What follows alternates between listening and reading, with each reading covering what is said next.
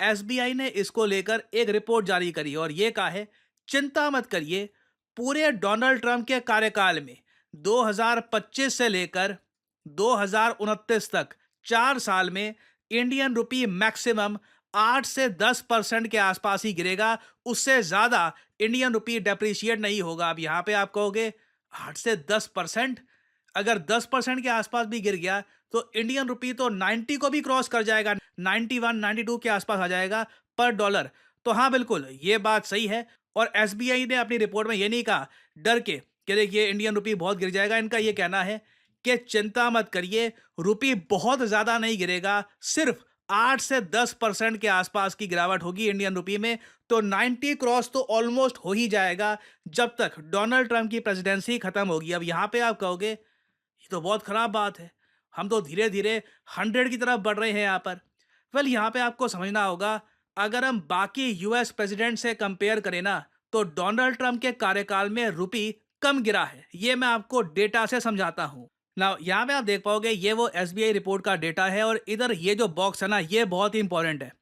इस बॉक्स में बताया जा रहा है कि पिछले 10-15 साल में आप देख लीजिए, चाहे कोई भी यूएसए का प्रेसिडेंट रहा हो, इंडियन रुपी डॉलर के मुकाबले गिरा ही है और अनफॉर्चुनेटली आगे भी गिरता रहेगा। रीजन मैं आपको बताऊंगा। अभी आप में से कई लोग पूछेंगे कि ये ऐसा क्यों होता है, चाहे कोई भी प्रेसिडेंट बने, चाहे ओबामा की सेकंड टर्म अगर हम देखें 2012 से लेकर 2016 तक इंडियन रुपी बहुत ज्यादा डेप्रिशिएट किया था, 28 रुपीज तक बहुत ज़्यादा पिटाई हुई थी इंडियन रुपी की। उसके बाद हम ट्रम्प का टेन्योर देखें, इंडियन रुपी गिरा मगर उतना नहीं गिरा जितना ओबामा के टाइम में गिरा था। बाइडन का टाइम अगर देखें तो बाइडन के टाइम में भी डेप्रिसिएशन हुई है। जो Indian rupee on an average 69 के आसपास था अंडर ट्रंप, ये 79 के आसपास पहुंच गया अंडर बाइडन।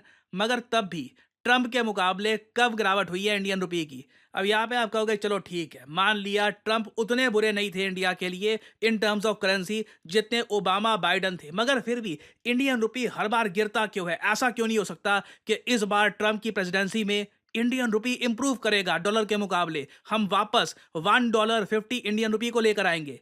देखो, ये इम्पॉसिबल है जब तक भारत ट्रेड सरप्लस कंट्री नहीं बन जाता। ट्रेड सरप्लस का मतलब सिंपल है, जितने आपके एक्सपोर्ट्स हैं उससे कम आपके इंपोर्ट्स होने चाहिए।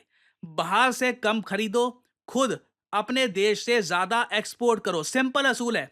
देखो, चाइना का जो युआन आप अगर देख लीजिए, इतना स्ट्रांग क्यों है? क्योंकि चाइना $1 ट्रिलियन का तो ट्रेड सरप्लस हिट करने वाला है। कितना ज्यादा एक अच्छा नंबर है ट्रेड सरप्लस, के मतलब चाइना जितना दुनिया से खरीदता है ना, उससे $1 ट्रिलियन तो ज्यादा दुनिया को बेच देता है। हम देखिए एज इंडियंस हम लोग अभी बहुत पीछे हैं, हमारा अभी ट्रेड डेफिसिट चल रहा है। बाहर से खरीदते ज्यादा हैं, बाहर को बेचते कम हैं और अभी हम घाटे में चल रहे हैं। इस मामले में $78 बिलियन का अभी भी ट्रेड डेफिसिट है। जब तक इस नंबर को चोट हम नहीं पहुंचाते, ये जो डेफिसिट है इसको हम सरप्लस नहीं करते, इंडियन रुपी गिरता रहेगा। बस हम ये देख लेंगे कि ये जब यूएस प्रेसिडेंट आया है तो 2% गिरा है, अब अगला प्रेसिडेंट आ गया तो 10% गिर गया। गिरता रहेगा इंडियन रुपी जब तक इसका कुछ नहीं होगा। अब यहाँ पे आप कहोगे कैसे तोड़े इस अमाउंट को? ये जो $78 बिलियन हैं इसको हम कम कैसे कर सकते हैं? देखिए, बहुत ही सिंपल गणित है। जो कच्चा तेल हम लोग इंपोर्ट करते हैं इसकी मात्रा कम करनी होगी। अगर हम रीन्यूएबल एनर्जी पर कंप्लीटली शिफ्ट कर जाते हैं, जो बहुत मुश्किल होगा, इवेंचुअली करेंगे बट टाइम लगेगा, उसमें उसमें बहुत सारा पैसा बच जाएगा। मेड इन इंडियन प्रोडक्ट्स की रिस्पेक्ट करिए और साथ ही साथ ना सिर्फ हमको रिस्पेक्ट करनी होगी, इंडियन कंपनीज को भी quality made in India products बनाने होंगे, जिससे हम खुद फील करें कि यू नो व्हाट, मुझे made in south Korea, made in Japan, made in US नहीं चाहिए, मुझे इंडियन मेड प्रोडक्ट पे भरोसा है, सालों साल चलेगा, I will by Indian product. तो जब तक ये नहीं होगा, जब तक हमें खुद पर एक आप कह लीजिए प्राइड नहीं आएगी, और प्राइड भी ऐसा नहीं कि हवा में नहीं आती, हमें प्राइड करने का रीजन भी नहीं मिलता, तब तक देखो डेफिसिट बिल्कुल बना रहेगा और इंडियन रुपी गिरता रहेगा। और एसबीआई की रिपोर्ट के हिसाब से ट्रंप के कार्यकाल में 2025 से लेकर 2029 तक रुपी झूलेगा 87 से लेकर 92 के बीच में, जो काफी बड़ी गिरावट है। दुख लगता है देखकर कि जो रुपी हमने एक बार को 50-60 के आसपास देखा था, अब ये 90 क्रॉस कर जाएगा और उसके बाद ट्रम्प के बाद जो भी आते हैं प्रेसिडेंट, या अगर मान लीजिए ट्रम्प यूएसए का जो संविधान है यही चेंज कर लेते हैं और फिर जो तीसरी टर्म है ट्रम्प की वो भी आती है, उस केस में क्वाइट पॉसिबली अगर हमें 78 बिलियन डॉलर के जो ये नंबर है इसको चोट नहीं पहुंचाते, इंडियन रुपी डॉलर के हिसाब से 100 रुपए को भी क्रॉस कर सकता है इन द फ्यूचर। अब यहाँ पे आपका एक सवाल आएगा कि हम लोग इस ट्रेड डेफिसिट को कम कैसे करें। देखो, हमारा आंसर ना दो देशों में आपको मिलेगा, एक रशिया और दूसरा चाइना। देखो, यूएसए के साथ जब हम ट्रेड करते हैं तो हमको ठीक ठाक बेनिफिट होता है, हम ट्रेड सरप्लस कमाते हैं 30-35 बिलियन डॉलर के आसपास का। ट्रम्प के अंडर भी चाहे ट्रम्प टैरिफ क्यों ना लगा दें, क्योंकि टैरिफ जब ट्रम्प लगाएंगे तो पूरी दुनिया पे ही लगाएंगे। ये बात भी एसबीआई की रिपोर्ट में लिखी हुई है। इधर आप देख पाओगे जो टैरिफ ट्रम्प लगाएंगे दुनिया भर में, टैरिफ का मतलब मैं आपको समझा चुका हूं कि अमेरिकी मार्केट में कुछ बेचना है ना, तो इतना एडिशनल पैसा आपको अमेरिकन गवर्नमेंट को पे करना होगा। तो यूनिवर्सल टैरिफ जो पाकिस्तान, इंडिया, इंडोनेशिया, जापान, दुनिया भर के देशों को लगेगा, वो तो होगा 10% के आसपास। फिर चाइना के लिए स्पेशल टैरिफ होगा 60%। इससे देखिए चाइना का जो ये ट्रिलियन डॉलर का सरप्लस है ये हिल जाएगा। मुझे अजीब लगता है कि बाइडेन ने 4 साल में ये क्यों नहीं किया, बट थैंकफुली ट्रम्प ये काम करेंगे। और मैक्सिको भी एक देश है, इंडिया पे इम्पैक्ट इसका आता नहीं है, बट मैं फिर भी आपको बता रहा हूं मैक्सिको पे भी 25% का टैरिफ ट्रम्प लगा देंगे। तो भारत समेत दुनिया भर के सभी देशों पर 10-10% का टैरिफ लगेगा। तो ऐसा नहीं है कि इंडियन प्रोडक्ट्स बहुत पीछे हो जाएंगे, बट हमें फोकस करना है दो देशों को अपने एक्सपोर्ट्स बढ़ाने में। एक देश है रशिया। देखिए, रशियंस को ना हम लोग कुछ बेच नहीं पा रहे और इसकी एक प्रॉब्लम भी है। आप कभी यूट्यूब पे सर्च करना what do Russians think about India, आपका दिल टूट जाएगा वो वीडियो देखकर। रशियंस की ओवरऑल, मैं रशियन जनता की बात कर रहा हूँ एज ए होल, कुछ हो सकता है कि कुछ लोग जो जानते हैं इंडिया के बारे में वो अच्छी बातें करें, but as a whole India के बारे में जब वो बात करेंगे ना तो ऐसे शब्द निकलेंगे, डर्टी, अनक्लीन, अभी काफ़ी वहाँ पे तरक्की होनी बाकी है, पुअर कंट्री वगैरह। रशिया में ना हमें इंश्योर करना होगा कि इंडिया की इमेज इंप्रूव हो, इंडिया एक ज़्यादा डेवलप्ड कंट्री की तरह दिखे, ताकि हमारे प्रोडक्ट्स वहाँ पे ज़रा बिके। क्योंकि अगेन देखो, एक गरीब कंट्री के प्रोडक्ट्स यूजुअली खरीदे कम जाते हैं, क्योंकि लोग मान के चलते हैं वहाँ पे करप्शन होगा, जो वहाँ से निकलेगा प्रोडक्ट उसकी क्वालिटी ख़राब होगी। तो इंडिया को एक तो ये काम करना है। हमारा जो पीआर है बहुत ज़रा ख़राब है इन रशिया। व्लादिमीर पुतिन बिल्कुल तारीफ़ करते हैं, बट मैं रशिया की मासेस की अगर मैं बात करूँ तो वहाँ पर अभी हमें इम्प्रूव करने की आवश्यकता है अपनी इमेज। फिर अगर मैं बात करूँ चाइना की, चाइना में देखिए अपना सामान बेचना एक चैलेंज है, बट एटलीस्ट हम ये कर सकते हैं चाइना से कम इंपोर्ट करें, क्योंकि भारत का जो ट्रेड डेफिसिट है चाइना के साथ यही 85 बिलियन डॉलर्स है।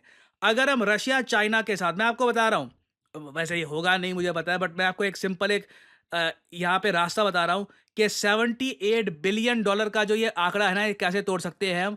अगर रशिया से हमारा ट्रेड डेफिसिट कम हो जाता है और हम रशिया को और बहुत सारा सामान बेचते हैं, तो आराम से ये अमाउंट गिरकर 30 बिलियन डॉलर तक पहुंच जाएगा। फिर चाइना से भी अगर हम इंपोर्ट कम करना स्टार्ट कर देते हैं, ये ट्रेड डेफिसिट सरप्लस में बदल जाएगा, चाहे वो सरप्लस 10 बिलियन डॉलर का भी क्यों ना हो। और इमीडिएटली आप देखोगे रुपी स्टेबल हो जाएगा। उस केस में रुपी गिरेगा कम। हाँ, आरबीआई कल को गिरना चाहे रुपी को ताकि हमारे एक्सपोर्ट्स बढ़े, वो अलग केस है, थोड़ा बहुत उस केस में रुपी गिर सकता है। मगर अभी के लिए जो हम देख रहे हैं ना कि अब ये यूएस प्रेसिडेंट आया 10% और गिरा, अब ये प्रेसिडेंट आ गया 15% और गिरा, ये रुक जाएगा। आप में से जो भी आदमी जो अपनी लाइफ में ये चीज़ प्रैक्टिस करता है, I will only by Indian made products, बाहर का कम परचेज करूंगा। आई रिस्पेक्ट यू अलॉट, क्योंकि आप चाहे बहुत ही छोटे लेवल पर इम्पैक्ट डाल रहे हो, but you are making an impact.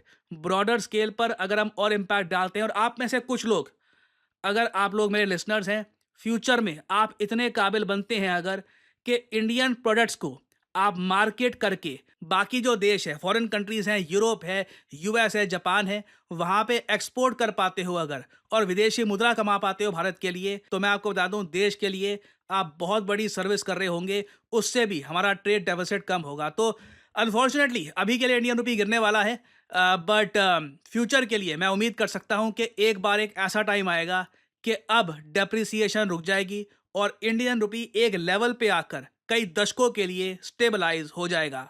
और फाइनली इसी टॉपिक से रिलेटेड आपसे सवाल पूछूंगा मैं। हाल ही में रशिया से एक बहुत ही बड़ा डेलीगेशन भारत में आया, और इंडिया ने कैटेगोरिकली उनको ये कहा कि देखिए बिजनेस इंप्रूव करने की आवश्यकता है।